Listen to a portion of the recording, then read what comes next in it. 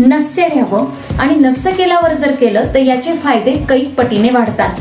पण समजा व्यस्त आयुष्यात तुम्हाला नस्य रोज जरी नाही घ्यायला जमलं तर तरी देखील गंडूश रोज करू शकता. आंघोळ करता करता देखील तुम्हाला गंडूश करता येतं.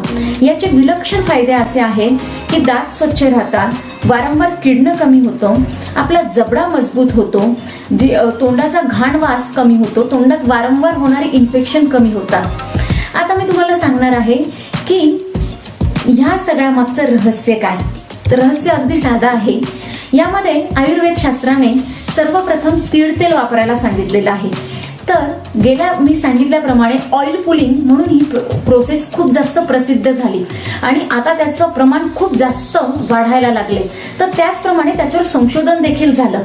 तर संशोधनात असं सिद्ध झालं की तीळ तेलामध्ये लिनोलिक ऍसिड नावाचा घटक असतो जो anti microbial, anti oxidant, anti fungal, anti viral आणि अँटी इन्फ्लामेटरी असतो.